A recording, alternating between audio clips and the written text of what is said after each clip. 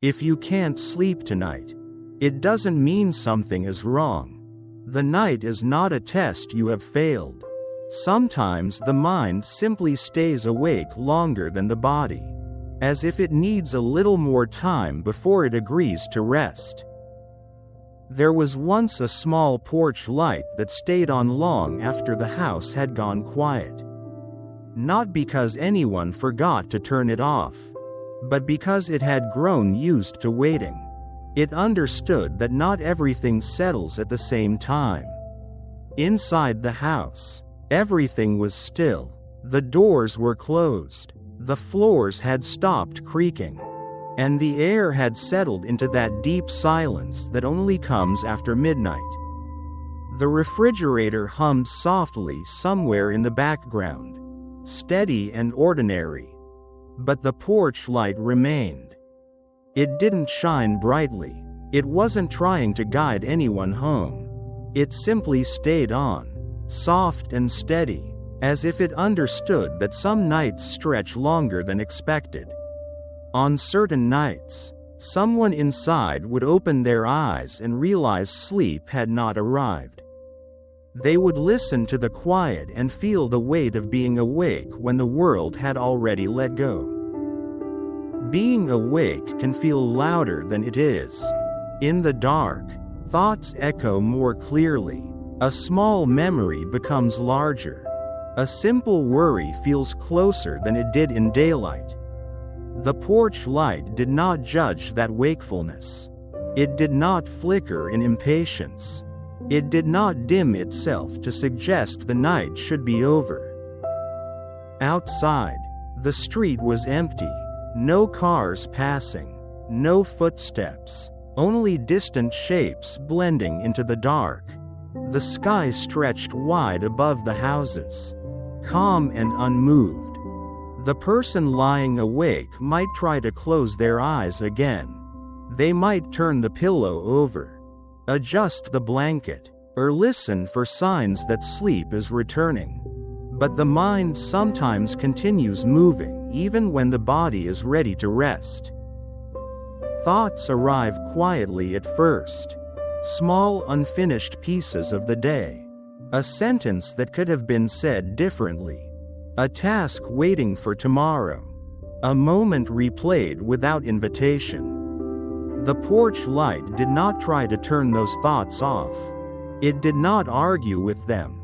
It simply remained steady, offering the same quiet glow no matter what passed beneath it. If someone stepped onto the porch, they would feel the cool night air and notice how still everything truly was. The world had not collapsed because they were awake. Nothing urgent had begun. No alarm had sounded. The neighborhood rested without checking who was asleep and who was not. The trees stood quietly. The mailboxes waited. Even the wind moved gently, without purpose. Time behaved differently at that hour. Minutes passed without announcement. There was no clock demanding progress. The night did not measure how quickly someone drifted off. Inside, the person might sigh softly, not out of frustration, but out of recognition. Some nights are like this. Some nights refuse to hurry. The porch light understood something simple. Not every moment needs to become sleep immediately. Some moments only need space. If the person remained awake, the porch light remained too. It did not demand that they solve anything before resting. It did not insist on clarity or closure. Thoughts might continue to wander. They might circle gently and then move on. And if the person stopped chasing them, the thoughts would lose some of their sharpness. There is a difference between being awake and being in danger. The night can feel intense, but it is not always urgent.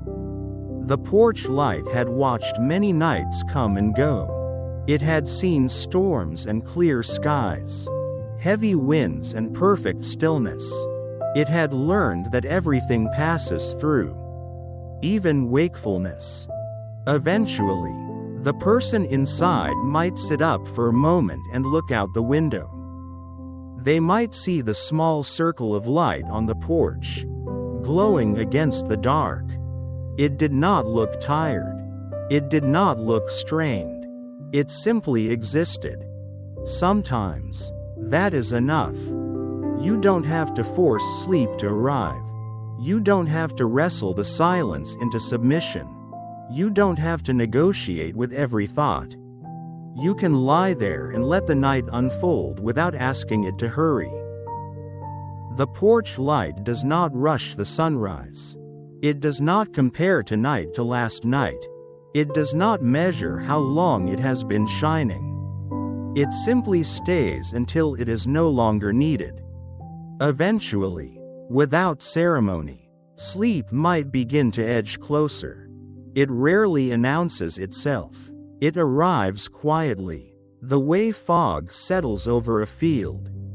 And if it takes longer than expected, that does not mean the night is wasted. Being awake in the dark does not make you behind. The calm way is like that porch light. It doesn't push you towards sleep. It doesn't measure how long you've been awake. It stays steady, whether your eyes are open or closed.